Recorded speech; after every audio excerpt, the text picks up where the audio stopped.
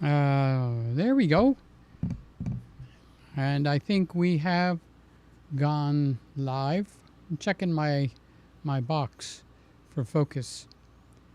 So I don't know who's here, but we had a firmware update on this camera. It froze day before yesterday, and I put I was going to put a thing in, a call for service, but then at halfway through the day I recognized that they actually made on the 13th, because today is the 14th, in case you can't tell, they actually put a new firmware out for this camera. So now that is very, very interesting. So what do I do with that information?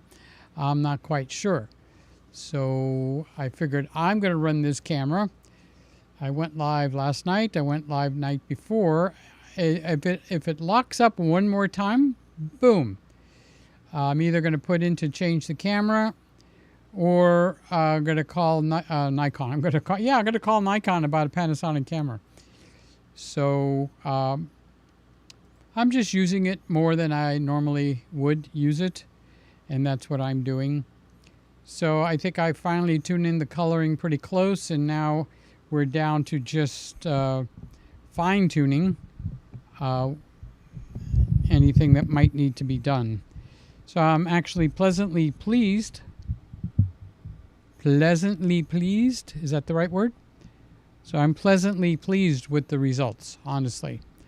I think the coloring, the ability to make people look halfway decent is not half bad, if you ask me. I'm tightening up the mic stand because it's fiddling around here. So I'm tightening it up.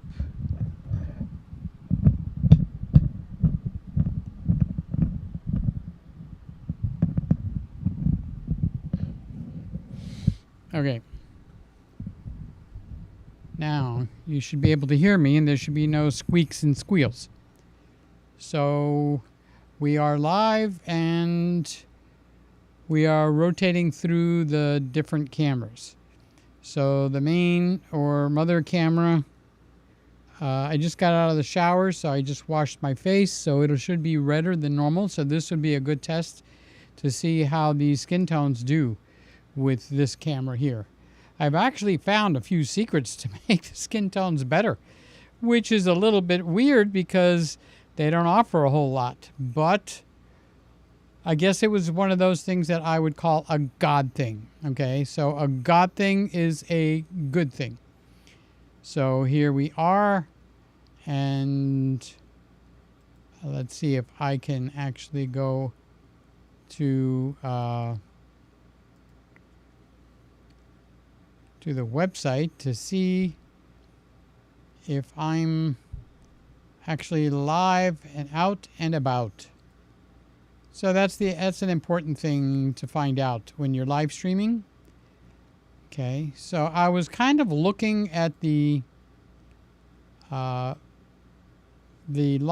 Q3. Now that camera's not out yet. It's coming out. It's been announced, and it's also $6,000.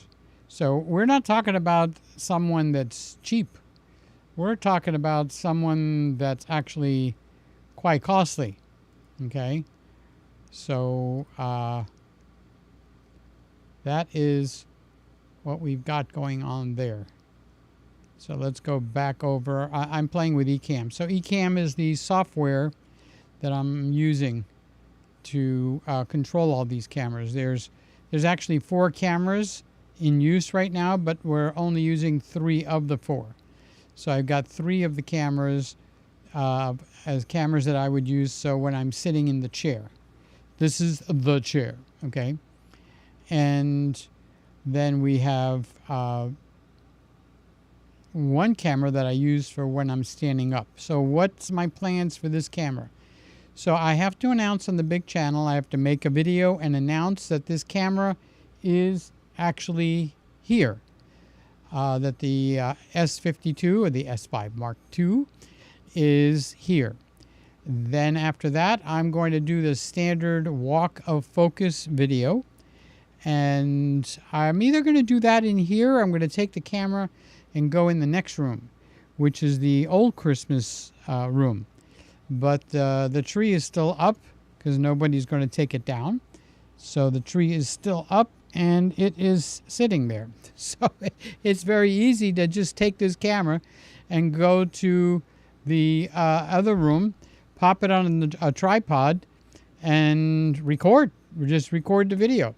So what would I want to do? I would want to actually go and see that how the walk of focus does, because that's how I used that room for all the other cameras. So the other cameras had the walk of focus. So yeah, there's a tree in there. It's got the specular lights, which is what cameras get attracted to, sharp points of light. And we'll see what happens when we get over there. So that's what I will do there. Then I want to make a video showing the complaints. What is it about the camera that maybe I don't want to say 5 things I hate or anything like that. That's a little bit negative. So disappointments. That would be a good thing to actually call it. The S5 Mark II disappointments. So that would be that would be a good choice of words. So now, if you're watching this after the live stream has finished, there's a couple of things I'd like to ask. I'd like to ask that you leave a comment so that I know there's people in here with me.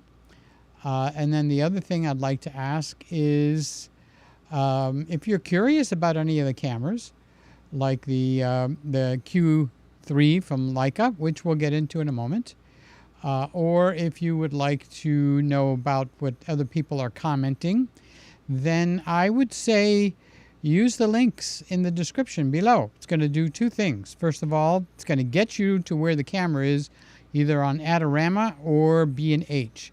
And then the second thing is, if you've got a curious personality like I do, then I would say I'd like to read and see what people are commenting that actually bought the camera from Adorama, which is a big camera store in New York, or B&H, which is a big camera store in New York. And I don't think I have a link for Amazon, but maybe I should get one and put it on there. So that's how you could use those links to your advantage, and also kind of give me a treat in the process. So this is the Panasonic S52, as I affectionately call it in here. I've got the 85mm lens on there.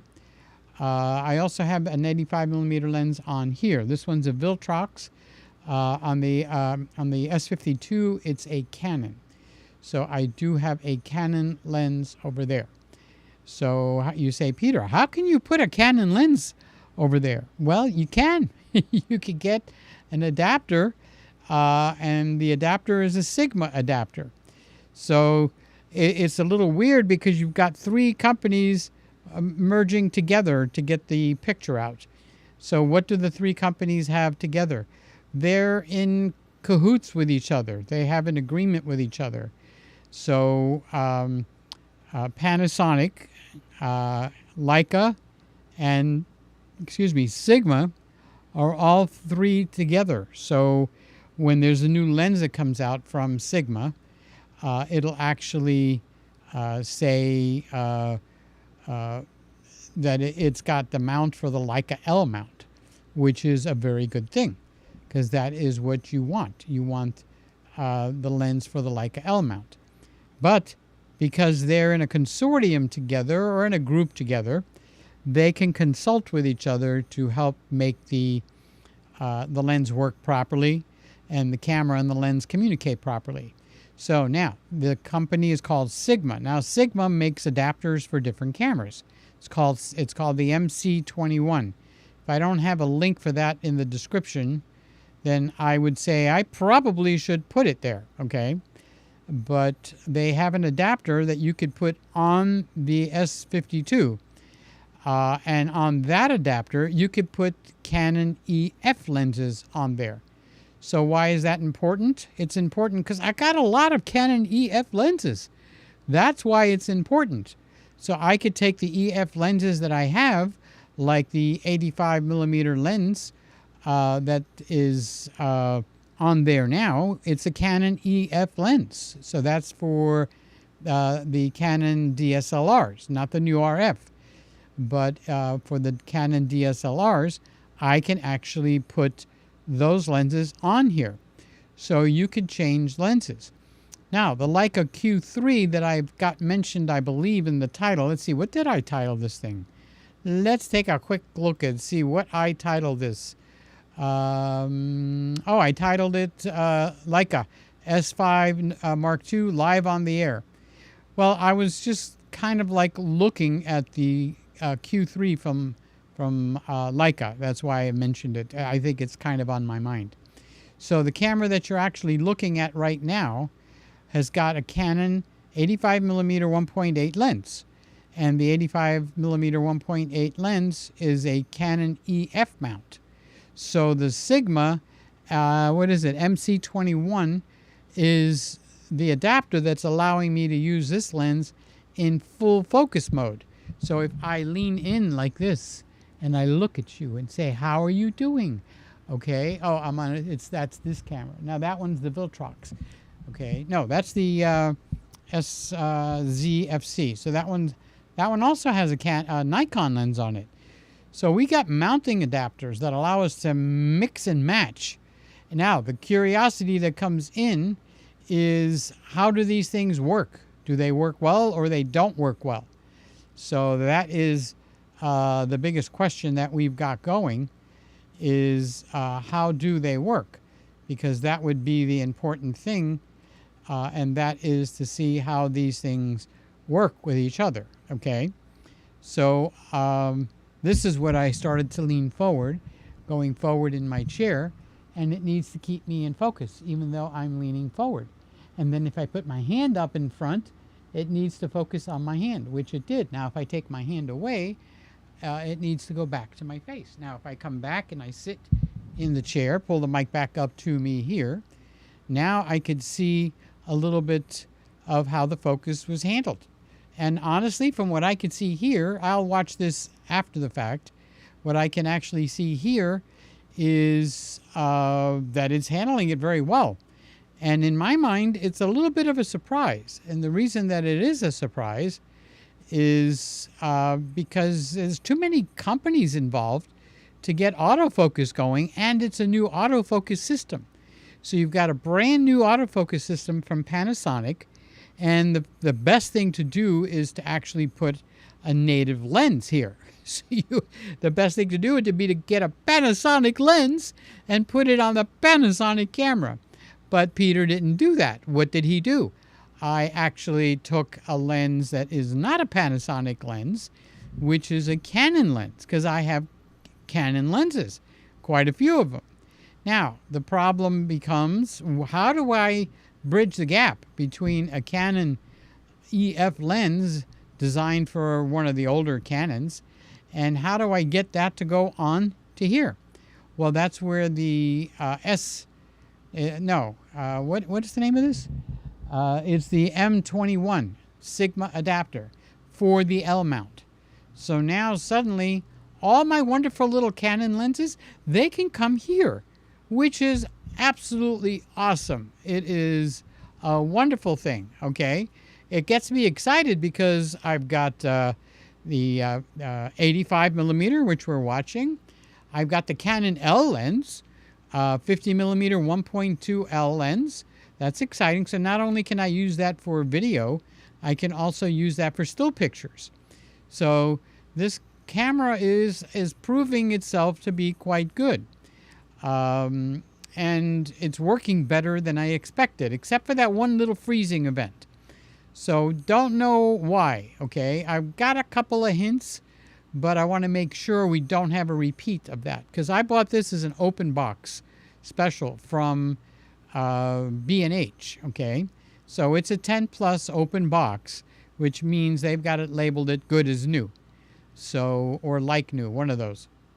So, and that would be an interesting thing. I see Roy has joined me in the room.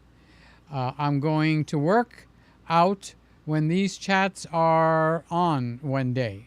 I'm going to work out when these... Why are you going to do that? I saw you today, or was it yesterday, on Chuck's site, Roy. I was going to come in and say hi, but then I got involved in some stuff pertaining to things that are going on here. So it kind of circumvented that, and then by the time I got back, I forgot about it. So, but I did see you sit there with your smiling face, Roy, and I love your humor. A lot of people don't get your humor, but it is absolutely awesome. So I'm going to work out when these chats are on one day. Why bother when you could just sit in a chair and relax? I mean, you've got 3 kids. Isn't that enough of a workout all by itself? I would think so. But hey, to each his own. So I did see you today, and I wanted to come in and join. What was he talking about? Chuck was talking about the new firmware for the Z9 that's out. Is it a nothing burger, or was there some meat to it? Well, I'm hoping there was a little meat to it, because the Z8 has some features now that the Z9 doesn't have. For instance, it's got the ability to address 3 different skin tones for the same skin. That's on the Z8, it's not on the Z9, okay? So that becomes a very important feature for them to add over there. And I think there was another 1 or 2 features that the Z8 has that the Z9 doesn't have. So I was hoping that they were going to match that up properly with the firmware update from Panasonic. No, Panasonic's not going to come out with a firmware update for the Z9. I can almost guarantee that, okay? But I was kind of expecting it. So I would say I listened for about 5 minutes, maybe a little bit more, but not by much, because when the phone call came in, I had to leave right away. People that needed to communicate with me. So Roy says AP Studios, 2 o'clock to 5 o'clock Aussie time. So he's on here, I think, at noon. So that's what time he would come in at noon.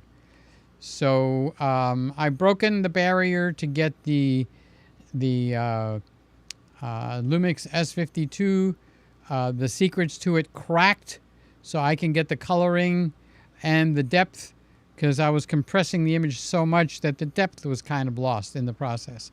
So I've kind of cracked the code and the coloring and all that. It took a good 2.5 days to get it done. I vented my frustrations with everybody, so they were watching me do it live, and that's okay.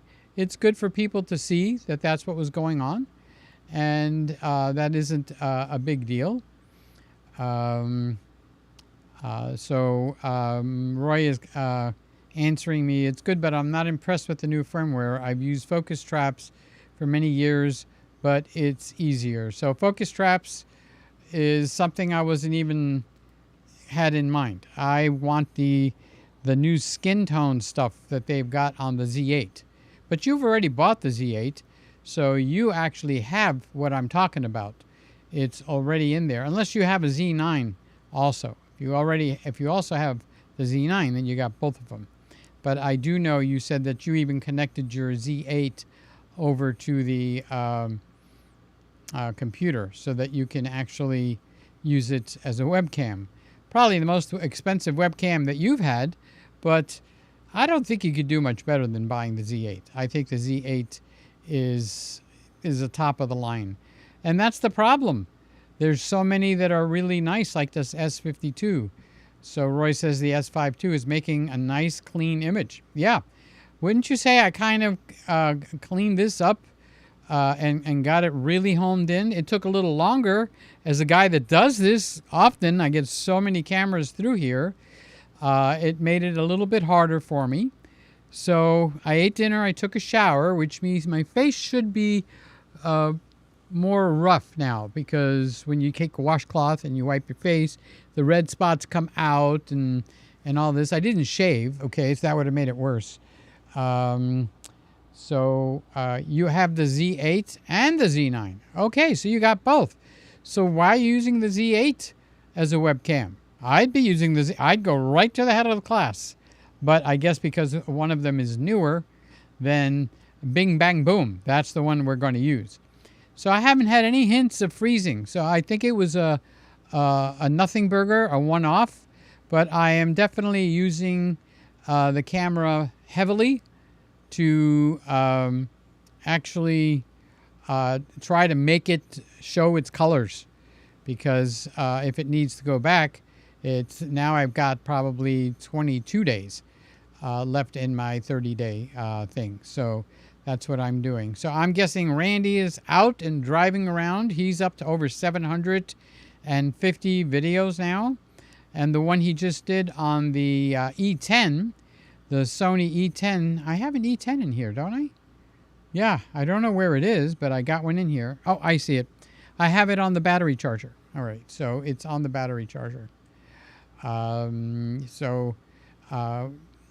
is telling me that he grabs the Z9 first. All right, now, think about it before you answer me. Why do you grab the Z9 first? Is it because it's a nicer piece of jewelry? It tickles your Giska better? What would be the Australia saying where it's just kind of like it's closest to your heart? Over here, it's like bosom buddies, okay? There's no sexual connotations to that. It's just people that are really, really close, and they call them bosom buddies, okay? I think I would probably be grabbing the Z9 first myself, honestly. But the Z9 and the Z8, they've got the same resolutions, right? One is not a lower resolution, so the Z9 is a higher resolution. So if I had the Z8 and the Z9, I probably would be grabbing the Z9 for the first month or so. And then if I got tired of the size and the weight, and I started to realize in my mind and in my heart that, hey, the Z9 and the Z8 is basically the same camera, unless you want to focus in specifically on what the differences are. But the differences are few and far, far between, meaning they don't really matter much at all. It's basically, 6 of one, half a dozen of the other. One might, clap their hands this way, and the other one might clap their hands this way. And that's about it. So there's a few features. Now, the Z8 does have that feature specifically attacking or aimed at skin tones, which is something that's a priority for me. Okay. So the S52 that I have here, I would say the largest disappointment that I have in this camera is the inability to just switch to a crop sensor mode, because that gives my lenses the ability to do 2 focal lengths with the same lens. So that becomes a very handy thing to do. The R6 that I had here before, actually everyone, even the crop sensor cameras like the Sony E10 allows me to go to a crop mode. So that isn't fair on their part. I'm not getting the Z8 grip. It has no ENEL18 battery yet. Well, that's another advantage to the Z8, and that is with that EL18 battery, you can hot swap it. So while the camera's running, without turning it off, losing your settings, you could take out a depleted battery and put a fresh battery in, and the camera doesn't shut off. You can only do that on the Z8. I have to think now. All right. So you actually cannot do that on the Z9. So that's a feature that sounds important on paper. I don't have the camera, and I'm not out at weddings or events or my kids' sports. How old are your kids? Are any of them young enough where you're going to take the camera out to shoot them at sports like Woody does? He's got a niece and a nephew, and he takes his camera, and Woody will take pictures of Carly at the basketball or Luke, which is his grandson, at baseball or whatever it is that the kids are doing. So it's kind of nice when you have a grandfather that actually has got such a nice camera setup. So I'm pretty sure Woody is going to get the Z8. I'm encouraging him, unless he's got some kind of a reason not to buy it, I'm encouraging him to buy it at his age, my age. Well, he's actually younger than me, but at my age, I would say I wouldn't contemplate it too long. Now's the time to actually have, an enjoyable time with the gear that you have, because I'm not making Woody any older than he is, all right? But the the amount of time that he's got left, he's not going to be changing that camera unless they come up with a camera that's undeniable, that you absolutely, without a shadow of a doubt, have to have it. So I expect to have this S52 for a long time. I might pass away before I get a new camera. But knowing the way I change gears so quickly, I wouldn't be surprised if I get another piece of gear, okay? But now that becomes a financial thing. So if it wasn't a financial thing, I would probably go for the Z8 right away. So I would have the Lumix S52 in here, and I would have the Z8 in here at the same time. There's something about a Nikon camera that can't be denied, how wonderful it is. And I get that same feeling with a Canon camera. So I had the R6 in here, which now Randy has. It's just a sweet camera, okay? And some people have made comments on my big channel like, oh, Peter, don't be so cheap. Just go straight for the R6 Mark II. Well, you know what? There's some advantages to having the R6 Mark I, okay? There really is. As a matter of fact, there's one for sale right now for $12.99 from Canon themselves in the refurbished department. So you get a 1-year warranty with it for $12.99. So unless you're the kind of guy that absolutely positively wants the new camera, which is me. Oh, here's Scott. I was just talking about you, Scotty. So let's say like Lewis. What camera do I buy? What camera do I buy? You know, at $12.99, that R6 is a sweet deal for him. Okay, and he's not it's like the price of a 90D. Would you rather have a 90D or an R6? Seriously, okay? So, but with the price of a new R6 these days, I would have no hesitation to buy the R6. Like I said, you get 2 C-Logs there, which the R6 Mark II doesn't have.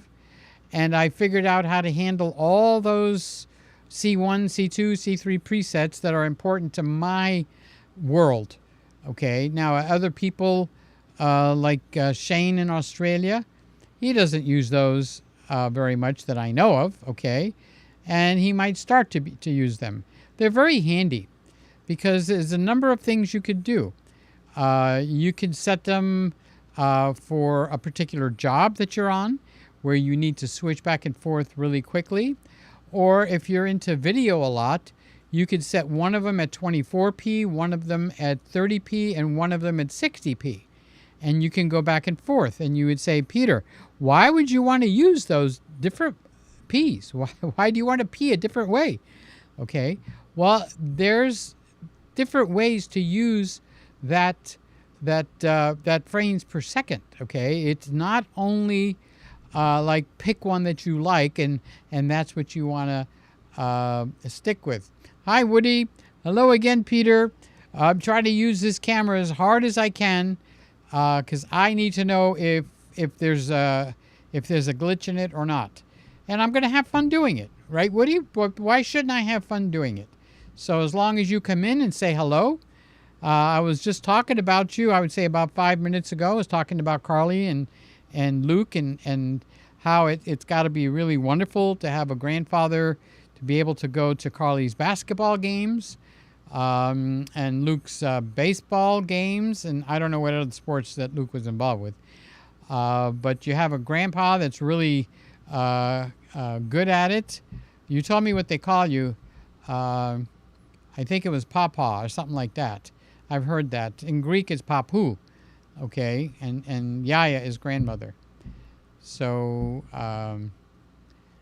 so I like to use the menu banks for different situations. Yes, that's getting important. Still getting used to the R6, not loving the lack of the top LCD screen. You'll get over that. You know why I say that? I'm not saying it flippantly. I'm saying it because go through the display modes, and rather than having that thing up at the top, it fills in the LCD screen with all of it, and you'll get used to that right quick. And the Q button is something that you'll get used to right quick. They are just very, very handy to use on the R6. So if you go through the display, one of them will, I believe this is a display, it might be another button, but it'll bring a full, like what you can't fit on that little window on the top. Okay, I'm on the Nikon, I gotta keep my hands down. So what you can't fit on the little window on the top, you get on the entire LCD screen all at once, and it's tappable, okay? And the little window on the top is not tappable.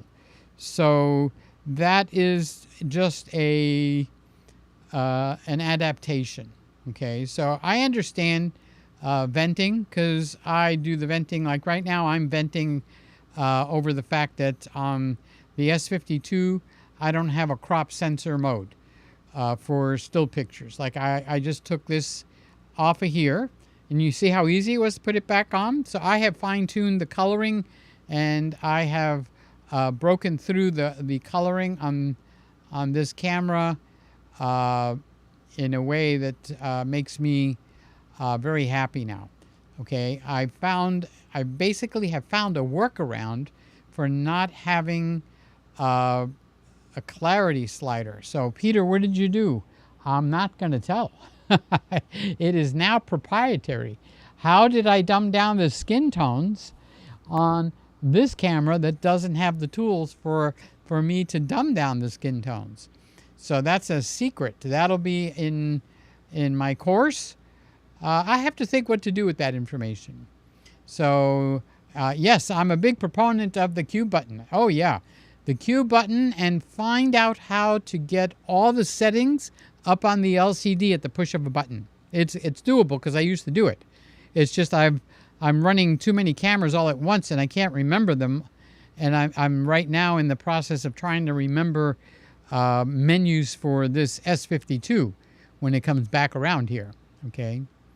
So I'm going back and forth between the 60, 80D, and the R6 instead of changing lenses. It's a bit frustrating. But Scott, you've been in it so many years, you're just venting because you know these cameras maybe even better than I do, okay? So I'm going to give credit where credit is due, all right? You know these guys. So I don't think it would take 15 seconds, if that, for you to be able to tell me where such and such is on the 80D, okay? So what you can do is sell the 80D and the 6D, okay? And get a second R6 so your cameras are the same, and an adapter. So you could pick up the one from Canon refurbished, for $12.99, and you'll have two R6s. Now, if you say, well, I need a third camera, well, then I would get rid of the 80D. So you've got three full-frame cameras. All right, so now this one I could talk with my hands, and it won't unfocus. It won't unfocus me, I don't think. So if I do that and agitate the focus system, it stays locked in on my eyes, okay? So I have it from here up. So if I do this, and I'm thinking like I can't decide here or there, and I put my hand here, it's going to focus on my hands. And the way I could tell it's focused on my hands is because my eyes are out of focus. So now when I put my hand down, it smoothly pulls in. This is not a Panasonic lens, and it is not a Panasonic adapter. So that gets my mind. It really does. Because I would say just 8 years ago or less, you couldn't mix and match. The one thing wouldn't work with the other. So 2 R6s has crossed my mind. That's something to work towards, especially while that $12.99 one exists and you get a 12-month warranty. Yeah, that's a definite thing to do.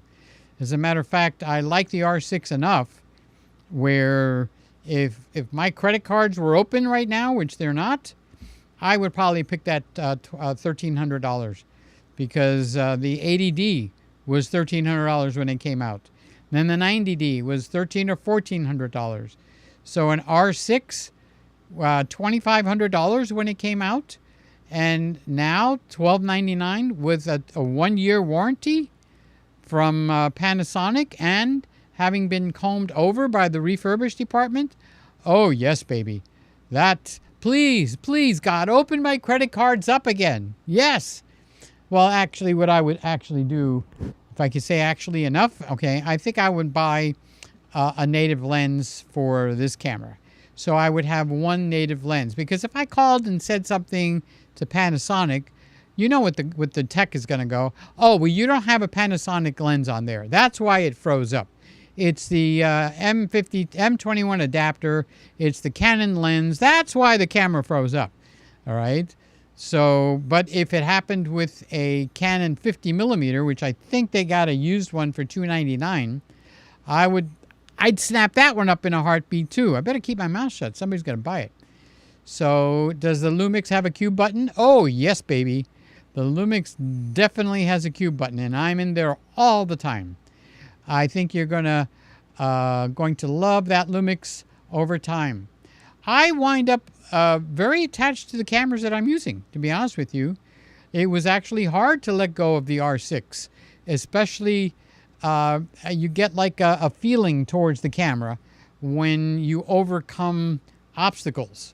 So I was like really peeved. I was annoyed that Canon didn't give me the ability to save my settings. Because like I've taken the Lumix out of here 2 or 3 times today. I wanted to do a test. I saw something on a video and it says, oh, let me see how that would work. Okay. So I just grabbed it and took it into my bedroom. I grabbed it, took it into the yard, and I grabbed it and took it. Do you speak English properly, Peter? I took it into the kitchen. And then when I came back in here, I went to C1 and it's all set up perfectly. Didn't even have to change anything. So that is a blessing. I figured out how to do that on the R6. Now, you don't have a studio in your house where you want to save those settings for video purposes, okay? Because you do have the C1, C2, C3 for still picture purposes. So let's say you do have a studio in your house and you have people come over and you take headshots. So I'm just making up something right now, okay? So I'm just actually making something up, for instance, for you, Scott. So, and you want to save those settings. So you'd save the studio to C1. And then when you go out and about, just put the FV mode. That's what I did. I use the FV mode because when I'm out and about, usually I would care about either the f-stop or I would care about the shutter speed. Rarely did I care about both of them. But with the FV mode, I can set both of them and let the ISO make up the difference for the lighting. And then on top of it, if it's still too dark, I've got the compensation. And it's all at the end of that one little finger. Just tap on the screen, turn that dial, and it's done. Oh, that FV mode is I wish to God that this camera had the FV mode, because that is the end-all to end-all.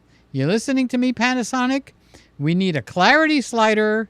We need an FV mode like Canon has, and we need the ability to crop to a 1.5 crop in the pictures, not just the video. I need to be able to do that. So these don't change it. So let's say I'm not going to buy an S1H at, $3,500 to get those features. Those features are a given. I'm talking to Panasonic right now, who doesn't listen to me at all, but that's all right. Okay. I still get to vent, right, Scotty? I'm venting now. Panasonic, this is what you need to do to fix this camera and make it more usable. Put the FV mode in here. Okay. And then also put the crop sensor ability at the push of a button that I can add into my Q button. Okay. For still pictures and not just videos. And what's the third thing? There was a third thing. I forgot. Oh, the clarity slider. So I could do the skin. Now, I am using something in lieu of a clarity slider. So look at my skin on the different cameras and look at last night's video compared to the video tonight. Okay, so look at the Z6. So the Z6 does have a clarity slider. And I have it down to -2 or something like that on this guy. So I don't have to change my exposure, but it gets rid of the old skin stuff, okay? And with the S52 being that much sharper, I wouldn't laugh if I were you, Roy. That Z8 is going to be sharper too, okay? So, I'm going to see every little hair on your chinny chin chin on your beard, all right? So how do you get rid of that? On your Z8 and your Z9, drop the clarity slider if you're doing yourself by -2. And it doesn't affect your exposure. It just takes the tones of the skin only. So the shirt would stay sharp on your Z8 and Z9. Okay. Now I'm doing that here. Look at my skin compared to last night. How did you do that, Peter? Well, as a wedding photographer and a photographer in the field since the 70s, you learn to do workarounds. There's other features on the S52 that I have applied that have nothing to do with what I'm talking about, but it worked. Okay. So Roy says, I like buttons. The menu is too slow. You need to get a ZFC in your hands. What a wonderful camera. Oh my God. They need to up that camera pronto. I mean, like, that's the next thing that Nikon needs to bring. Because that's like, you know what I feel like? I'm pretending like I have a Leica, okay? Because a Leica is a street camera. Change the shutter speed, just turn the dial. You want to change the f-stop, turn something here. You want to change the ISO, you turn something. You never go in the menus with the Leica, okay? So the ZFC from Nikon gives me that same feeling. So I walk around with the ZFC and I'm going like, I have a Leica in my hands. So that camera had a problem too. It's got no C1, C2, or C3s, or U1, U2, or U3s. No way to remember my settings. But here's the big but. I found out just last week. And how long have I had this camera, Randy? You're in here? He's not in here. Okay. You could save your settings to an SD card. So I could take that camera and mess it all up. Go to the kitchen, go outside, come to your house for dinner, Scott. Come to your house for dinner, Roy. Take pictures of your kids having a good time. Change every setting in the camera. Come back in here, put that SD card in there that'll be marked ZFC, and load settings. It's not as convenient as switching it to a preset, but I could keep my settings. Thank you, Simon says. Okay. So Scotty says, I love dials too. Jeff is saying hi from Australia. Roy says, I don't care what I look like on streams. Scotty says, both cameras look really good tonight. Really good. You take a back seat. The cameras look good. That's because you probably could figure it out. Actually, most of the guys in here could figure it out, okay? There's something, think about processing an image in Lightroom, okay? One of the features in Lightroom, okay, will smooth out a skin, and it's not the clarity slider, all right? Figure that out, and you'll know what I did to smooth my skin here. And it dawned on me I call it a God thing. Okay, so if you're not a Christian, that won't ring a bell with you. But for me, it's like God dropping something into my mind, and I give him credit right up front. I'm a Christian. I don't apologize for that, and I don't intrude on your beliefs. Okay, anybody that's in here, I respect everybody, but it's a God thing. God just dropped it in my head, and I went like, "Oh my God, I can't believe I didn't think of that."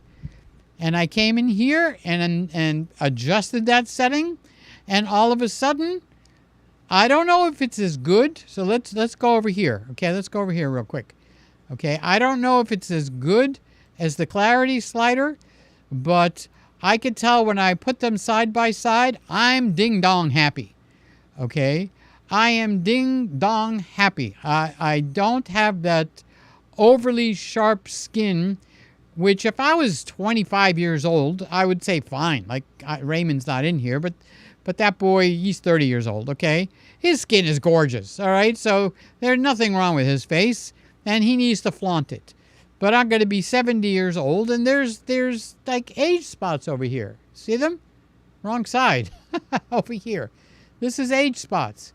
So if I actually turned off the feature, these age spots become prominent because the S52, this sucker's sharp, okay? And I don't know if the 85 millimeter 1.8 lens is also a sharp lens in its own right or not. I've always thought it's like under the radar, okay, in terms of it being a high quality lens. The 85 millimeter 1.8 Canon USM lens, and that is an EF mount. So this is what these guys look side by side. I stopped trying to match the two cameras. I mean, it's over. I am not matching cameras, okay? Each one has its own characteristics. I can see the stripes clearly on my shirt, the S52, which is on the right side of your screen, okay? They look a little dull on the left side because the Z6 is backside illuminated, so it's got good stuff in it. It's actually a good camera for the price. You can get them for $1,000 used. All right. So the Z6 there's so many good buys out there. It's crazy, crazy, crazy. All right. But what was driving me crazy is like I had something so good with the R6. My face was so pleasing to me. I don't care if the rest of the world, no offense, everybody here, okay? But I like to look at my videos and not cringe. I like to look at my videos and go like, that looks very nice, okay? That's a good feeling for me. So when someone says, well, your pictures are not as good as Gerald Undone, that won't faze me because I think they're better than Gerald Undone. And I'm not knocking Gerald Undone. He's got his own look. And rightly so. That man needs to create the look that he wants. Or Caleb. Caleb is another one. I think that Gerald and Caleb is in the same building, so they probably chit-chat with each other. Okay? So I chit-chat with you, all right?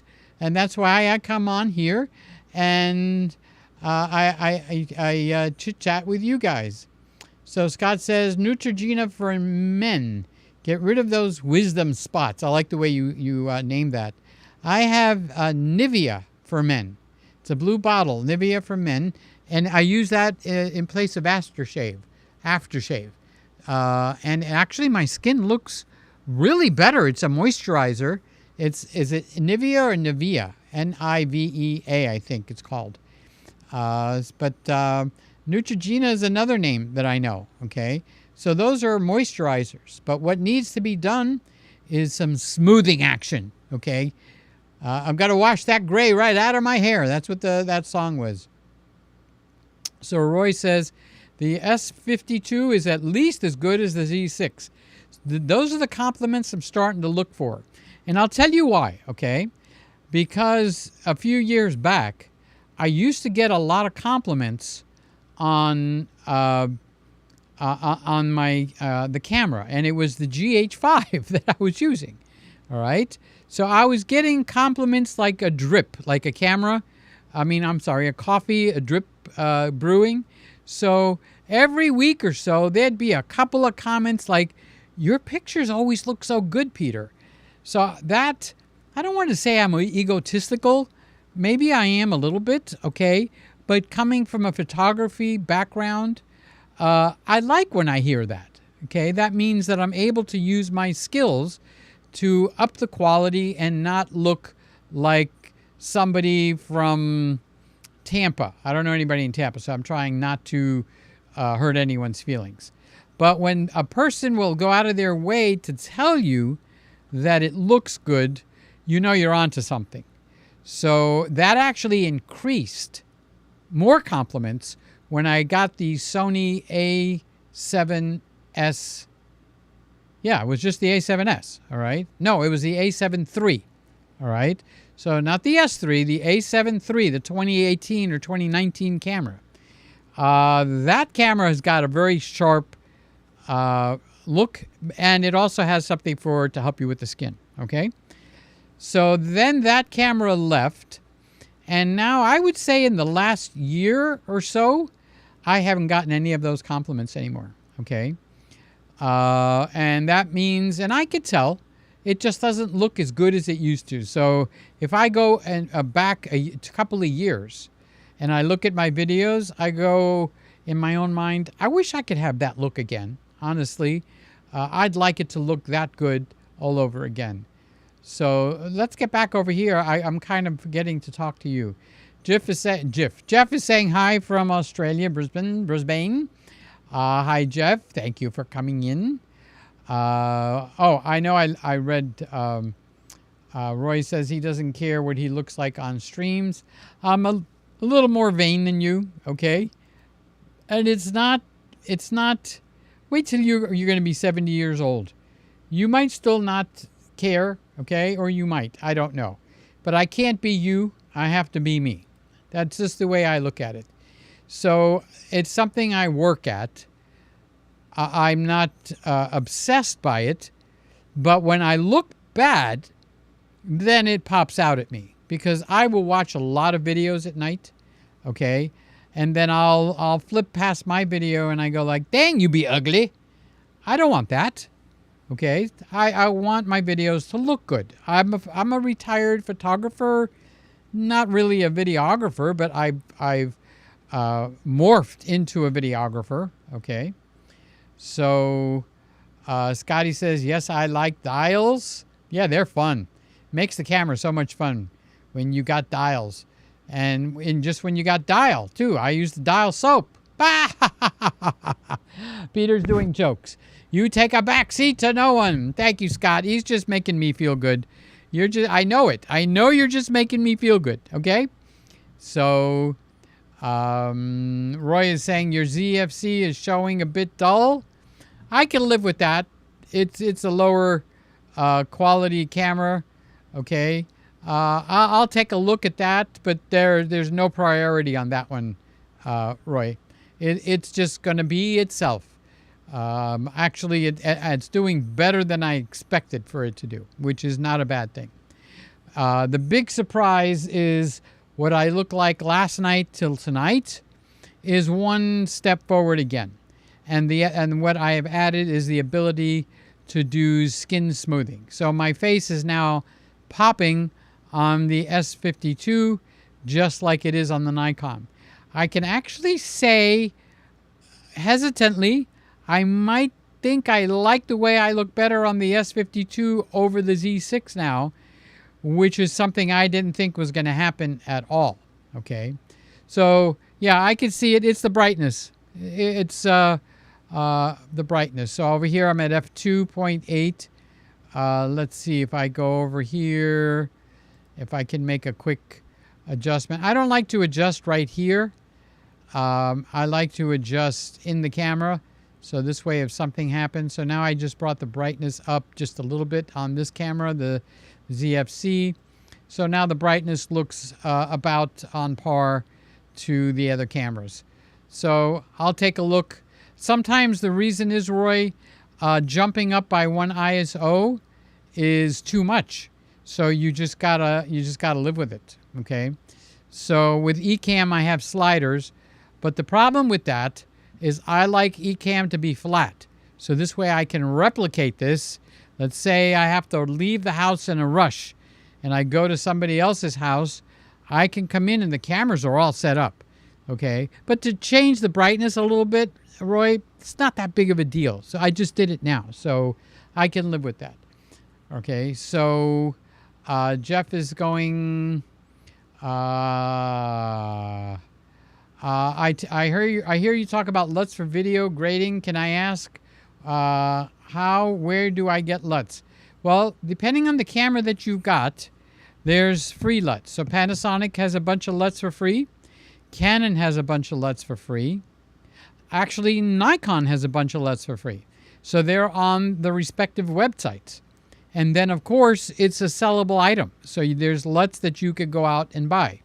But just start with the free ones, okay? So I'll just tell you right off the bat. When you look at the LUTs, the 3x3 is the one that's going to match your quality level, okay? They got 1x1, 3x3, and 6x6. I didn't know what that meant. But that means quality. Low, good, and super good. So what you need is the good, which is the 3, okay? Not the cube 3, okay? But they'll give you 3 different versions. So the 1x1 is basically if you're going to do, what do they call it, zoom or something like that. It might be way too much power and it makes your camera dulled down or something. So they give you the low quality. So the ones that I use here is the 3x3. So whatever ones you get, they'll give you different ones. Look for the one that's the 3. So for the Nikon, the one that I was using here was actually one of the better LUTs, believe it or not. So I don't know what camera you've got, Jeff. So you could get it for any of them. So Bill Bixby, my favorite Martian, says that the 5.2, the 52 is at least as good as the Z6. And that's pretty big mouthful. And I already read the Neutrogena. And Jeff says, and how do you apply LUTs? I have the R6. Okay, so the R6, I created a special LUT because you see the blue? Well, wrong side. See the blue on the wall? Well, my R6 makes it violet. All right, not in the light for the subject, but the light in the background. So I had to create a LUT for that camera. So it's your software that actually applies the LUTs. So if you're using Final Cut Pro, there's a feature in there where it says apply a LUT. Okay, if you're using Ecamm, there's a feature in here where I can apply a LUT. And all it is telling it to point to a file. I'll show you right quick. Okay, so look in Options. Okay, go to Live Demo. Now you can see my whole desktop. Okay, so now if I go over here and I click here, I've got Camera Options here. See here where it says Select a LUT? I can apply a LUT specifically to this camera. And all it is applying a file. Okay, so I have my LUTs in a folder here somewhere. I don't know exactly where they are, but there's a folder that's got my LUTs, all right? So I would apply the LUT, and there would be a slider here. So just like these. So it's gamma to the left and gamma to the right. A LUT would pop up here. So if I go all the way to the left, it would be no LUT. If I go all the way to the right, it's the full strength of the LUT. So that's what it takes to put a LUT over here. If you're on Adobe Premiere Pro, you've got a feature in there where you can apply LUTs there. So it's the software. What's unique is the Lumix will allow me, the S52 will allow me to apply a LUT in the camera. So I don't have to go to a software. But whatever that LUT does, it is now recording that when you take a picture or you take videos. It's what they call baked in. Okay? So that is something that you just have to keep in mind. Some people say it like, you know, when you lose weight, like I've lost over 50 pounds. So well-meaning people, but really I call them a-holes, okay? It's like, now don't gain all that weight back now, okay? Well, what are you saying? I know you're going to trip and fall, okay? And I'm here to encourage you to trip and fall, okay? Well, screw you, all right? So I've lost the weight. I intend to keep it off. I very well might gain it back, but it is none of your business. Not you guys, okay? But, you know, that is like, I call them a sassy or smart aleck person, okay? So it's the same thing with the LUTs. Well, if you put it in the camera, you're going to bake it in.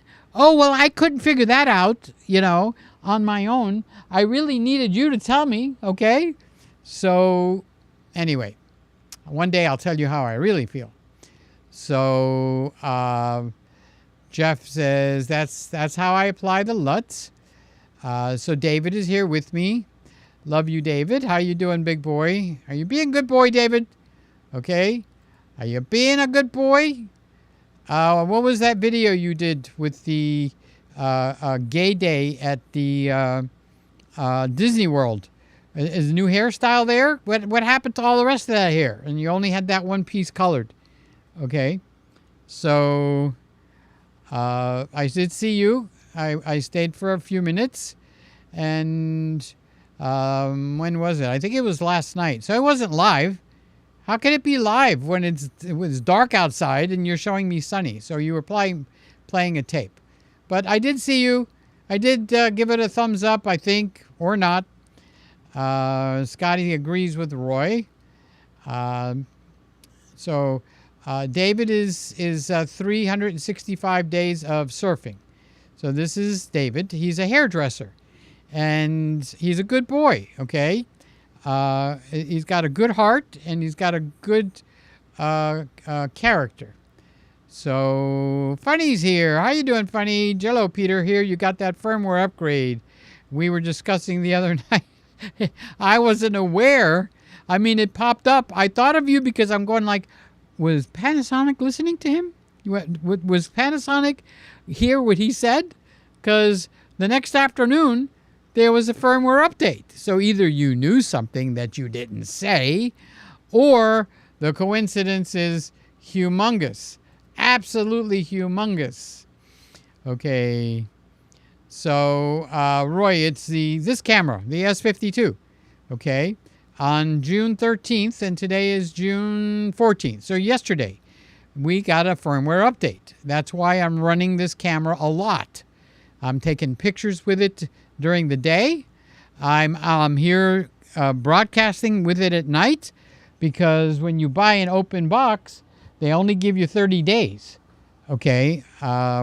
So if it needs to be changed, now's the time for me to do it. Okay. So that is why I'm running this, and that's answering your question, Roy. The S52 got a firmware update yesterday. Yes, I did download it. Yes, I did install it. Yes, there was no problems. And yes, you're watching on it now. So the firmware is version 2.0. Okay. So Roy, I'm only 66 these days. Are you that? You don't look that old. Honest to God. You look like you're still in the 50s. And knowing you've got 3 kids, I believe you're still in your 50s. So, God bless you, Roy. God bless you. That is awesome news. Scott says, no, I'm not. No, you're not what? Okay, so this is something I've learned from watching Sly. I've learned I need to include in my sentence what I'm referring to, because Sly gets way behind. And if Sly gets way behind, you know darn well I get way behind. So I could be 15 minutes behind. And then I'll read, no, I'm not. Well, guess what? I can't put one and one together. So I don't know. So it's hard to do because I still do the same thing. This channel is sharper. Hey, come back. I was reading. Be so rude, Ecamm. No, I'm not. This channel is sharper than the major networks. No jive, turkey. Okay, now I know what you were talking about. Okay. So you gave me a little idea as to what you were talking about. So I'm kind of tickled pink until I go watch this later tonight. And then I'm going to go like, oh, I should have turned the saturation up one more point. or I should have lowered the saturation 1 more point or a half a point. So that's something you can do with the S52, is it on the saturation, contrast, and all that. There's points on there, but they take it through the half points. It's probably a point like on every other camera, but it's got a +5 and a -5. So it's a 0, and then it's 0.5, 1, 1.5, 2, 2.5, 3, 3.5. You get my drift? Okay. So my habit is to go up by 2 points because sometimes it doesn't make enough. But on the Z52, when I do that technique, whoa, it's a big, big difference. So I have to move it up by just a half a point or a point. So I forgot, where do I have the saturation? Is at +1. Okay, so my saturation is on +1. So I got some red in my face, I got yellow on my face, I got the right colors. Okay, and then I'm using another option in the menu system to give me that clarity slider, or the smoothing of my skin is a better way to put it. Okay, I'm going to have to go to the optometrist. When I take my glasses off, it's even fuzzy now for me to see a 65-inch screen. That ain't so hot, is it? Okay. So Roy is 66, and Scotty is giving me a compliment, and Funny is giving me a compliment. That Nikon looked better by a little than the A7 III. Oh, you remember those days, right? And I like Sony better than Nikon. So I was tilted towards the Sony right off the get-go. So I was tilted a little towards the Sony right off the get-go. So the Nikon looked better by a little than the A70 III. Well, there is a story there, and since I'm live and I could do what I want on my own show, I'm going to tell you the story. Okay? So I bought the Z6 when it first came out because I have lenses. As a professional photographer, I was shooting the D800E for my weddings. I had a few of them, okay? I moved up from the D3X, or the DX3, sorry. And I moved into the D800E. So I'm quite developed with the lens line. I look over there, now you know where the lenses are. You know, it's like, so where did you hide the treasure? I don't know. I don't know where I hid the treasure. You know, how much of a giveaway can you do? I feel like a kid. I don't know where your Christmas gift is, Daddy. I don't know where I hid it. And the kid keeps looking at it. So I bought the Nikon Z6 and the focus failed terribly. Okay. Actually, that video is still up. You'll have to go find it. It's quite old now. I mean, 2018, 2019. Figure out when the Z6 first came out. So I was upset and disheartened that it didn't work that well. All right. And then as I was in the process of being disheartened, the A7 III came out. And I was looking and I'm going like, wow, that doesn't look half bad. Okay, so I ordered one while I had the Nikon here. I figured before I send it back, I did put in for an RMA, okay, to return the Nikon Z6 when I first bought it. All right, so I got the A7 III here.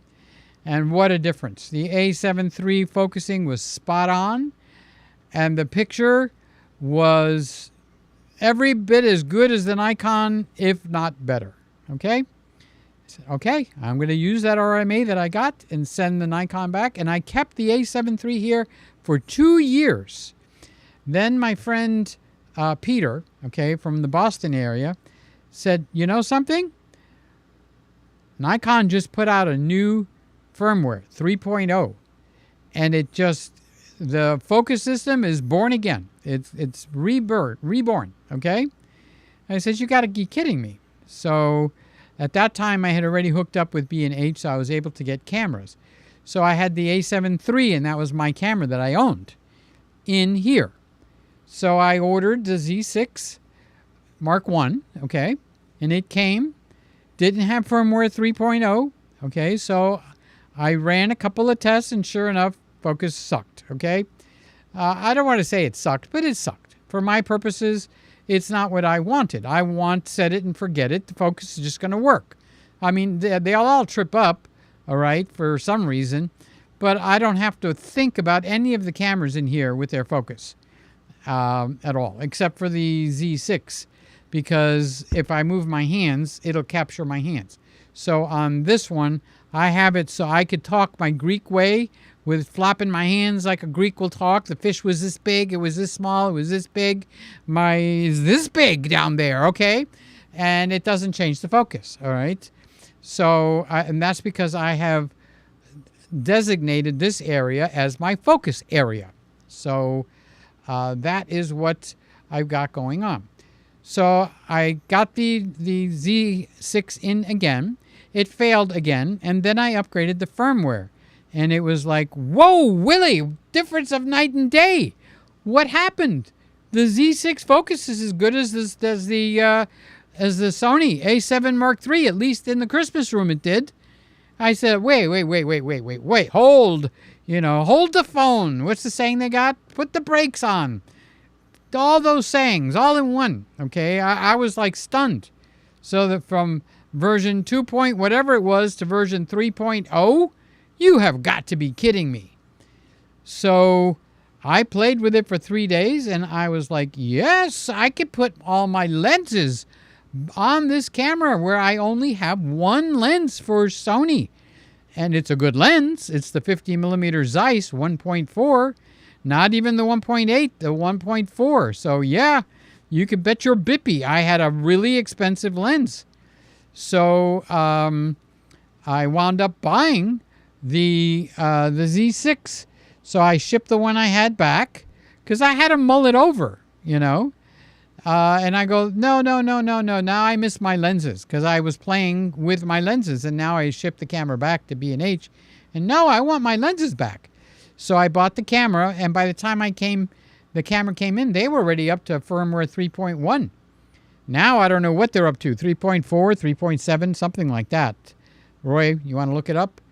So I left, after 2 years, I left Sony and went over to Nikon. And that's the camera I own right now that you're looking at when we go over to this camera. Where is it? Right here. So this camera replaced the A7 Mark III. And I sold the A7 Mark III, but I kept the lens. And thank God I did, because the E10s, I have 2 of them here, they're the kind of camera, the better the lens that you feed those Sony E10s, the better the picture on them. So when you put the kit lens on there, it's okay. The E10 is nice. But when I put the Zeiss on the E10, now you've got a world of difference. It's like from an amateur camera to a professional camera. So it's one of those cameras. Nikon actually responds, and I'll show you in a second, okay?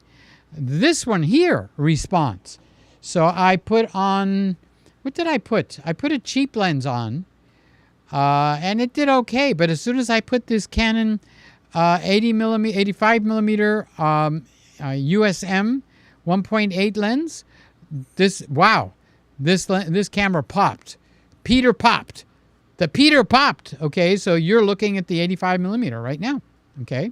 And it's on a Sigma adapter. That's how I got a Canon lens on this camera. So that is the little story that you invoked. So I still own the Nikon Z6 that I bought. Okay, so the ZFC, I have the 24-70 2.8G lens. That's an $1,800 lens. This camera is actually much better looking now than when I had the cheap Tamron lenses. Now, I'm not saying all Tamron lenses were cheap, okay? I have a couple of good ones, actually, really good ones. It's even better than the Sony. The 17-28 2.8, ooh la la. But the ZFC responds wonderfully to, you feed it good glass, and I would say that probably applies to a lot of the cameras these days. You feed it good glass, and the camera will respond. Okay? So thank you, FunFest, we have gone into a big story there. So that is what we've got. Now Scotty's saying the Lumix has 2 native ISOs. Yeah, 800 and 4000. Do other brands have that feature? Well, the R6 that you have has that feature undeclared.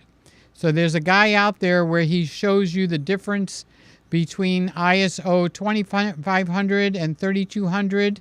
And when you take the R6 and you move it to ISO 4000, it's as good as if you moved it all the way back down to 800. It beats the crap out of 2500. You can see the noise at ISO 2500. And when he switches the R6 to ISO 4000, the noise is gone. It's like, what is this? Magic? So if you're going to be somewhere in a higher ISO, go and this is C-Log, by the way. Okay, you'll have to do your own test because he didn't show it on a JPEG. So do your own tests, okay? But the video's out there. I found it. I watched it. But it's been about a week, which means it's going to be really hard to find it through my history. But it was real. So ISO 4000 on your R6 does better, okay? So Roy says that he mentioned the ZFC because you seem to worry about the cameras so much. No, don't nail me with that, Roy, because I'm trying to do better. That's kind of like, oh, you're weird. You pay so much attention to the cameras. I'm a retired photographer. I'm professional. I want to squeeze the best I can. I include you guys for the ride. I could very well not come up here and not show you what I'm doing. Okay? But this is the Friday night group. This is what I call the family. All right? I don't do this on the big channel. Okay? They won't understand all this stuff. The one that's got 40,000 subscribers, I call that the big channel. So I don't do that here. So if you're here, you're part of the family, and you're going to have to go with the idiosyncrasies of the family members. Okay? So that's part of life. What can I tell you? So Roy says, I mostly shoot stills, so my first frame is usually the color checker passport. Yep, and you could shoot that in automatic, and then you could go over to manual and use the settings from there to launch. It's your launching point. I've done that so many times. David says, I'm here. That's an old photo in the thumbnail. I thought it was funny for the context of the video. It was live last night. Oh, so last night was live. So that's the way you look now. If I see you and I go to grab you to hug you, you're going to have a little bit of color at the tip of that piece of hair that's hanging down. Okay, it's your call. It's your call. You look good no matter what to me. I love you. You're my brother. Do you know how much flash trigger voltage the latest cameras will tolerate? I have a bunch of METS 45 CT strobes. You need to check that out because it will fry your system. And I don't know the number. I used to know the number. I would Google that. So before you put any doesn't even have to be the METS, okay, Vivitar, anybody, before you plug any of them in or put them on the hot shoe, find out if it's going to, well, you could put it on and test it. That's a good way to test it. If it burns out the camera, just send it back. Or look it up on Google. That would be the smart thing to do. Now, they do make an adapter that makes it safe. Okay, so you can look into that in case no matter which one you pick up, let's say you've got one old flash that slipped under your radar and you accidentally put that on. Well, if you're using that arrestor, it won't fry your system. That's what I had. I think I sold it with one of the cameras. So now everything I've got is pretty modern. Roy says, I only bought the Z6 because it was only $1,400. Now they're $1,000. What a bargain. New when the Z6 II came out. With firmware that is now, with the new firmware, it is now a great camera. Yeah, do you know what it's up to, Roy, by any chance? I might not even be up to date on there. I know I'm up to date on this one, the S52 that we're looking at now, because I just updated it yesterday. So it came out pretty quick, so it tells me I'm going to need to kind of pay attention to the S5 Mark II when new firmware comes out. So I don't think anybody else in this room is running new firmware. I mean the S5 II. So if you hear of it, let me know, because I'm not so good at keeping up with the firmware. So Roy says, I bought an A7. It was an but it must have been a lemon. It had issues. Yeah, Sony, even the A7 Mark III, believe it or not, had issues, and I didn't focus on them because I didn't want to.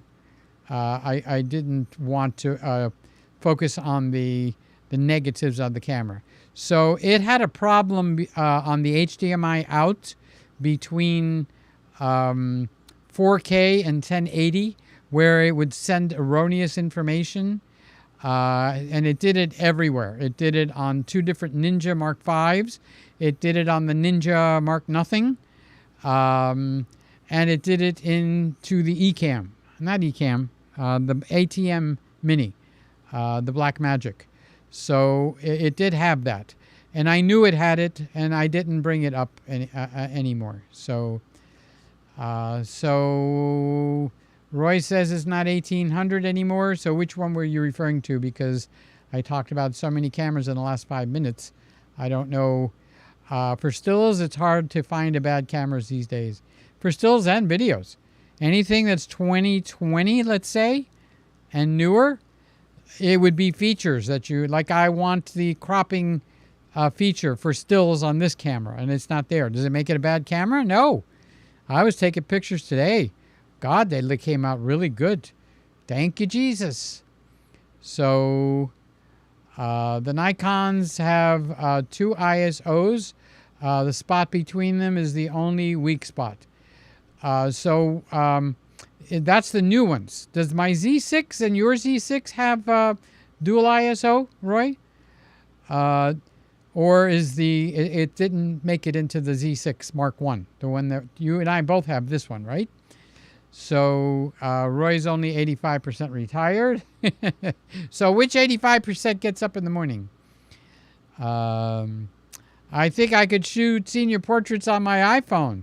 You probably could. It's all in the skills. Honestly, it's the skills. Being able to pose and compose, 2 different things. Posing and composing is 2 different things. And then just as important, if not more important, what you do with those pictures in the computer. That's where they become masterpieces. It really does. Your pictures become masterpieces in the software, like I use Lightroom or Luminar AI. Luminar AI is becoming more and more of a disappointment. I was very happy when it came out. And Lightroom, even though I have the original Lightroom 6, so I have the original Lightroom 6 and didn't go to the pay me monthly just for the right to use my software. I didn't go with that model. So what I do, like I shoot in this camera, RAW, I use the DNG converter and convert it to DNG. So what DNG is it's Nikon's own extension. Like you've got .tiff, you've got .jpegs, you've got .png, you've got blah, blah, blah. Well, there's .dng. So it's an open, what do you call it, format. Anybody can use it. Any camera can use it freely. Adobe invented it. So rather than updating the firmware all the time for the older ones, they came out with a DNG converter. So the advantage of DNG is, number one, the quality. The quality is like, you've got like 1 to 10 for JPEG. I like to be like at an 8 or something like that. Or if it's something really important, a 10 on the slider for the quality level on JPEG. So the DNG would be probably on at 20, which doesn't exist. Okay. So the way I proved it to myself, because as a wedding photographer, I needed to prove it to myself before I threw away my raw files and kept the DNG files, is if you happen to have Photoshop, you could put the two pictures together in Photoshop, okay? And then you can tell the .crw, which would be the raw file, and you overlay the .dng that you're going to convert to, and you could tell Photoshop itself, show me only what's different, okay? It was hard to find anything different. Nothing in the face. The only thing that I actually found maybe a touch different was in the blacks, okay? And it was just like a smidge. It was a nothing burger. It was like no difference whatsoever. But I had to prove that to myself. If you told me, Peter, there's no difference.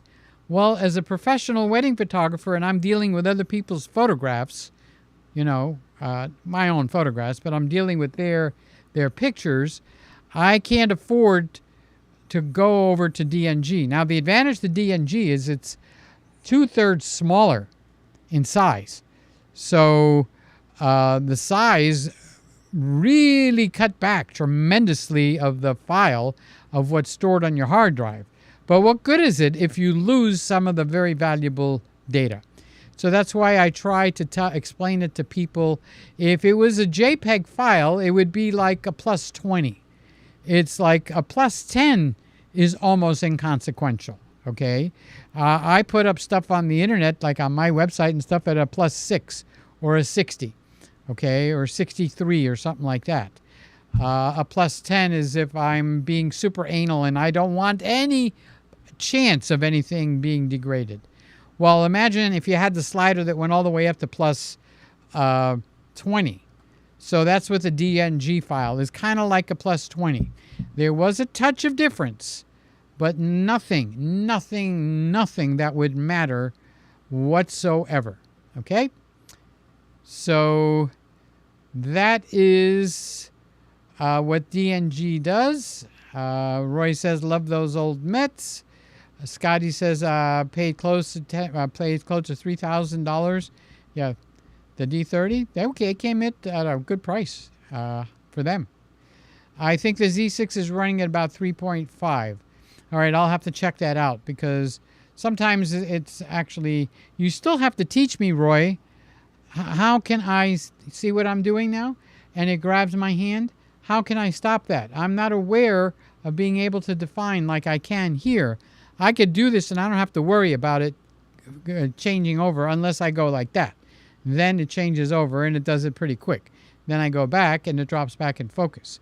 But I've tried to train myself on the Z6, which is over there, that away, okay, not to raise my hand very much, like, you know, and it's kind of hard because being Greek, we talk like this, okay? So you do have to teach me how to do that, Roy. Well, I can actually look it up.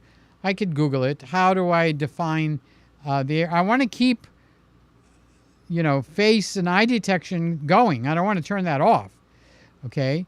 But I don't want to talk like a Greek like this and it grabs my hand. And it will do that more often than not, okay? It's not doing it right this second. But if I just go and point to something in the room, it's going to take my hand and focus on it. And that's a little bit annoying, but I just take it as part of the nature of the beast, okay? So there's no dual ISO in the Z6.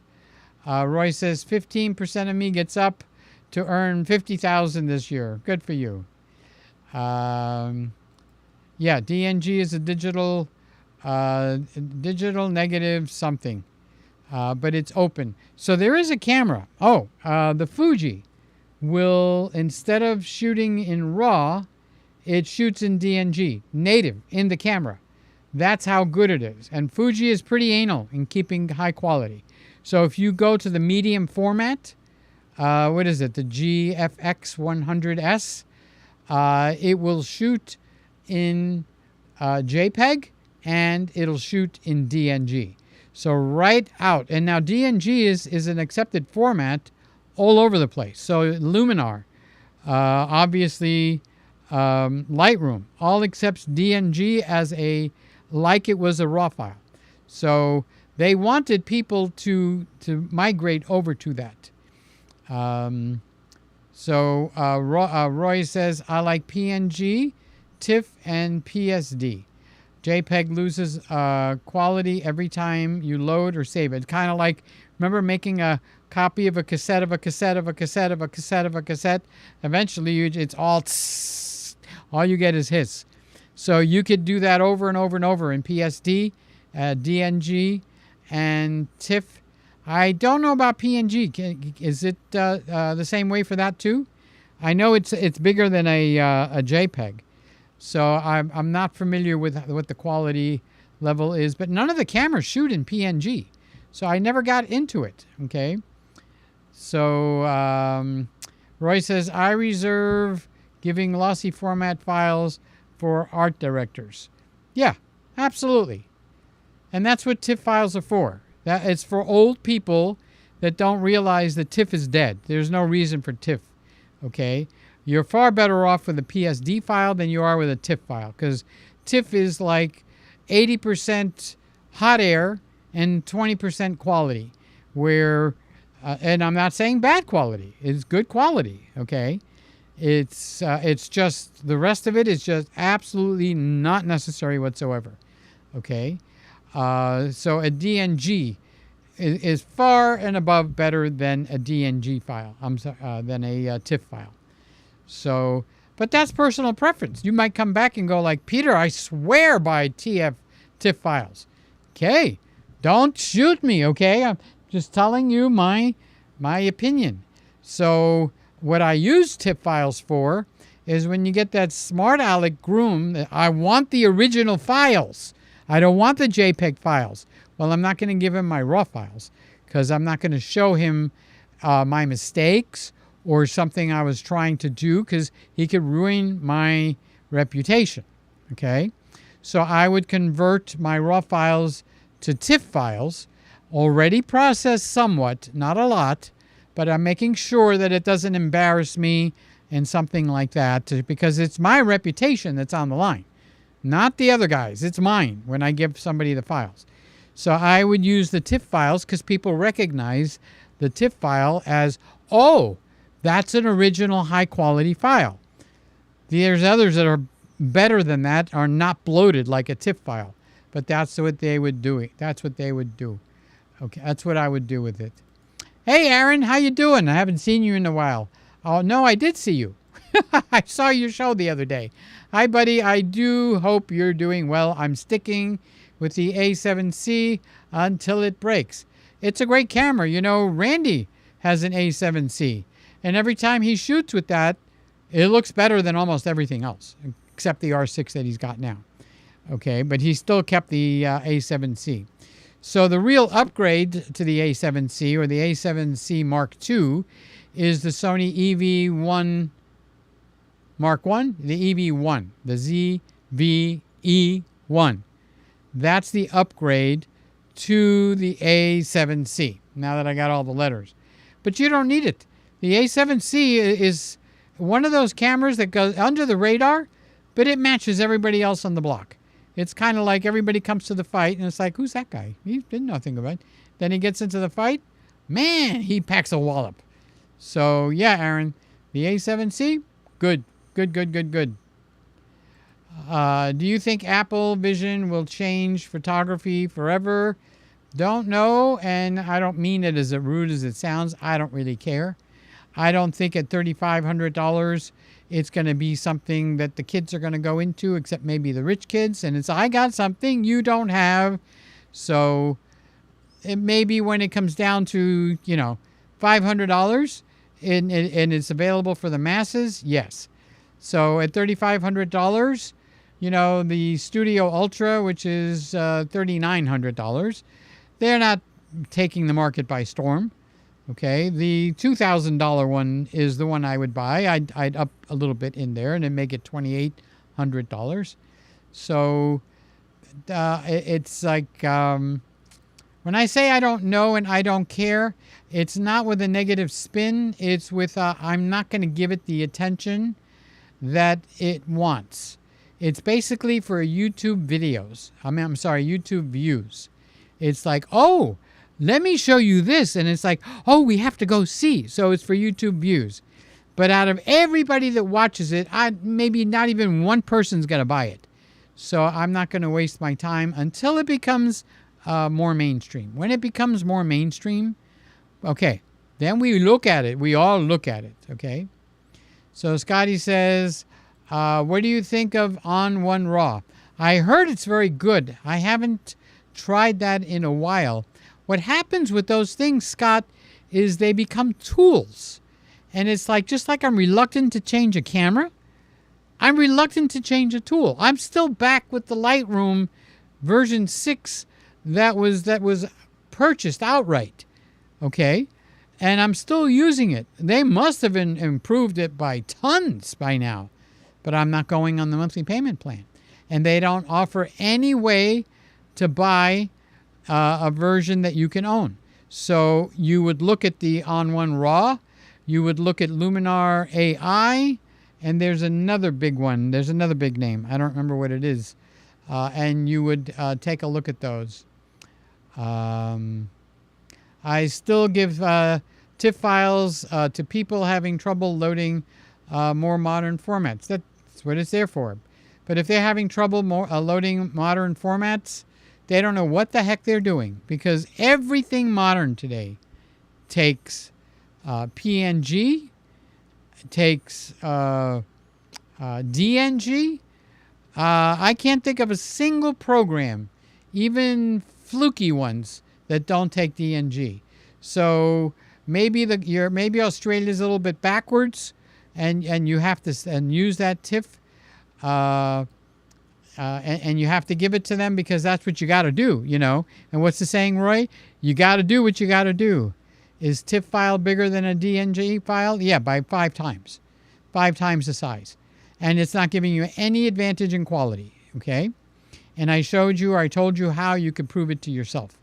In Photoshop, you could do an overlay of 2 pictures, and there's a setting in Photoshop where it says, everything turns white except the difference between the 2 pictures.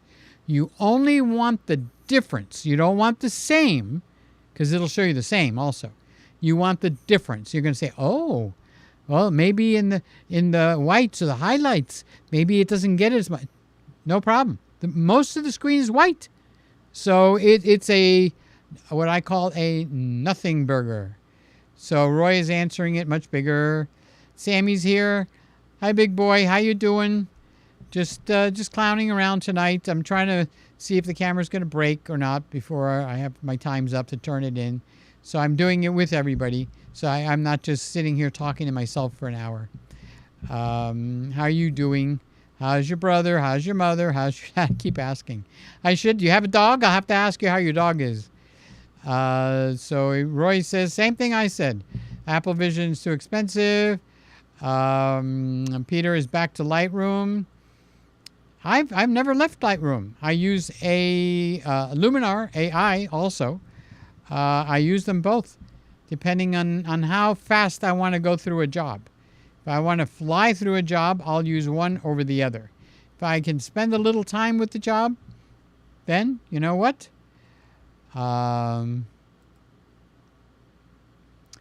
There is no point giving your client a format that they cannot load.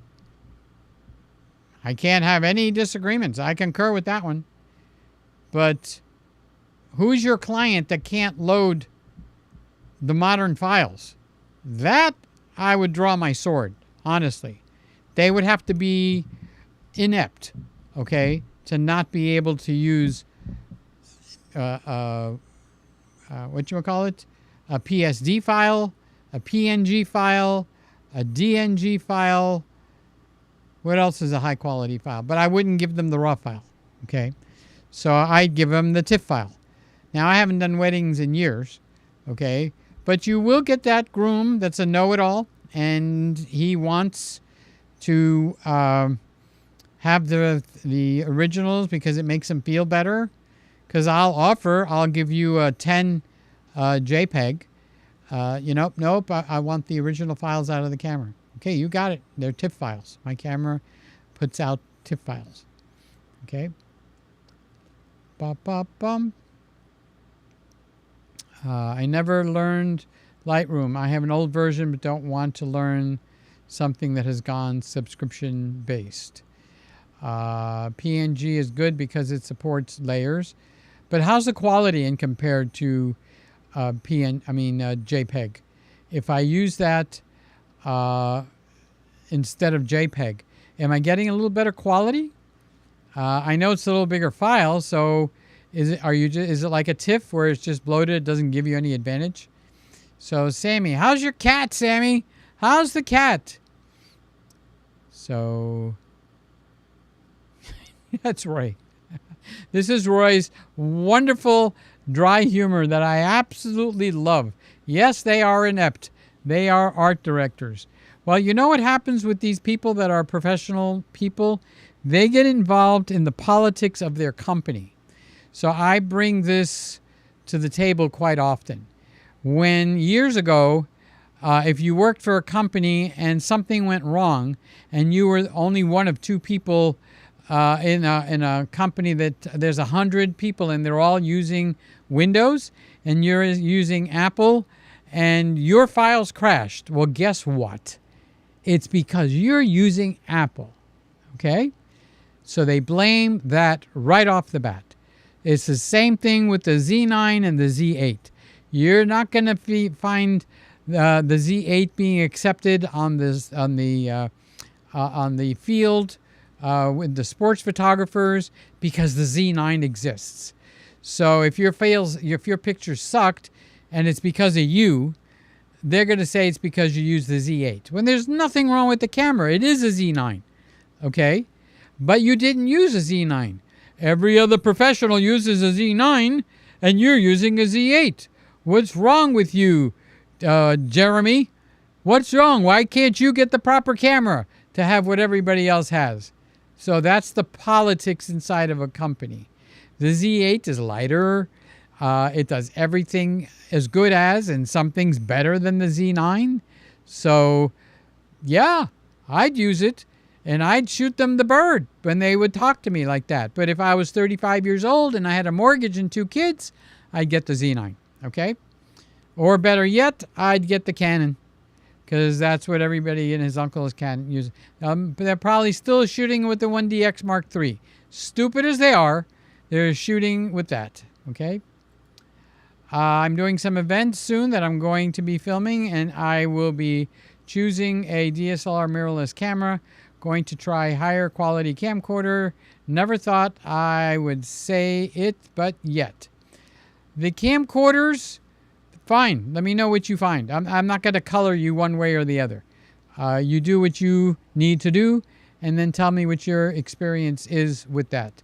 You could come back and say, oh, I liked it. There you go. The zoom range is crazy on the higher video spec camcorders. But look at the size of the sensor, Sammy. Okay. And also has XLR inputs, everything I need, and no more overheating and shutting off. There you go. If it works, what's the saying? If it works, don't fix it. So if the camcorder is going to work for you, bada bing, bada boom, you get and use that camcorder. So you could see I have a little bit of an attitude with it because I did try them, but I'm not doing what you're going to do. And if it works for you, you know, you're going to have to look and see what your peers are using, because you don't want to go to class with your files and have them laugh at you. Okay? Now, I sound stupid. I know it sounds stupid, but that's going to play a role, because they're going to say, Samuel, the teacher's going to say, Samuel, why were you using a camcorder? Now, if half the class is using a camcorder, they're not going to pull you out and make fun of you, okay? So pay attention to that part. So my buddy Lewis is here. Lewis, Peter, you hang in there. I'm doing it, Lewis. I'm hanging.